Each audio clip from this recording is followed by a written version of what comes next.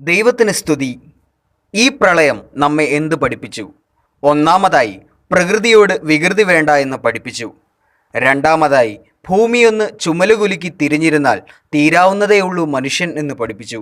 മൂന്നാമതായി, മനുഷ്യൻ്റെ പ്രാഥമിക ആവശ്യങ്ങൾ എന്തൊക്കെയാണെന്ന് വീണ്ടും പഠിപ്പിച്ചു.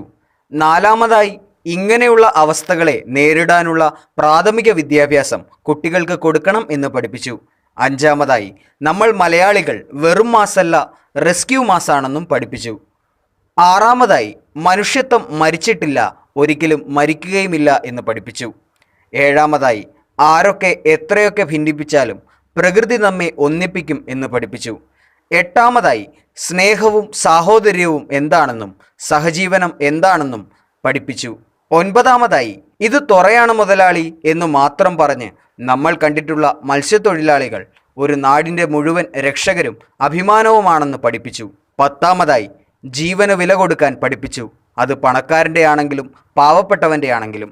11ാമതായി, ഓഡി ആയാലും BMW ആയാലും അല്ല മാരുതി ആയാലും വെള്ളം കയറിയാൽ ഒരുപോലെയാണെന്നും പഠിപ്പിച്ചു.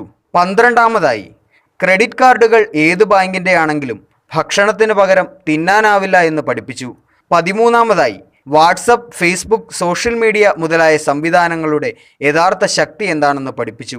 14ാമതായി, സാമൂഹിക മാധ്യമങ്ങൾ ട്രോളാൻ മാത്രമല്ല സഹായം നൽകാനാണെന്ന് കൂടി പഠിപ്പിച്ചു.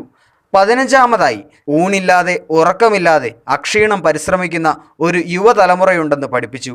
16ാമതായി, ജനസേവകരുടെയും പോലീസിൻ്റെയും ആത്മാർത്ഥത എന്താണെന്ന് പഠിപ്പിച്ചു. 17ാമതായി, 24 മണിക്കൂറും പ്രവർത്തിക്കുന്ന മാധ്യമങ്ങളുടെ ഉള്ളിൽ വിഷമല്ല എന്ന് പഠിപ്പിച്ചു. 18ാമതായി, മുൻപ് കേട്ടുകേൾവി പോലുമില്ലാത്ത ഒരു ദുരന്തത്തെ ഒറ്റക്കെട്ടായി കക്ഷി, രാഷ്ട്രീയ, ജാതി, സമുദായ, സമൂഹ ഭേദമന്യേ എങ്ങനെ പിടിച്ചുകെട്ടാം എന്ന് പഠിപ്പിച്ചു. 19ാമതായി, ഒരു പ്രശ്നം വന്നാൽ ഓടിയെത്തുന്ന ഒരു സൈന്യം നമുക്കുണ്ടെന്ന് പഠിപ്പിച്ചു. 20ാമതായി, ഒന്നിച്ചു നിന്നാൽ നമുക്കെല്ലാം നിഷ്പ്രയാസമാണെന്ന് പഠിപ്പിച്ചു. 21ാമതായി, മലയാളികൾ എവിടെയൊക്കെ ഉണ്ടോ ആ രാജ്യങ്ങളെല്ലാം നമ്മെ ഒറ്റപ്പെടുത്തില്ലെന്നും പഠിപ്പിച്ചു. 22ാമതായി, മികവുറ്റ നേതൃത്വങ്ങൾക്ക് ഇനിയും നമ്മെ നയിക്കാനാവും എന്ന് പഠിപ്പിച്ചു. അങ്ങനെ 22 പാഠങ്ങളെങ്കിലും ഈ പ്രളയം നമ്മെ പഠിപ്പിച്ചു.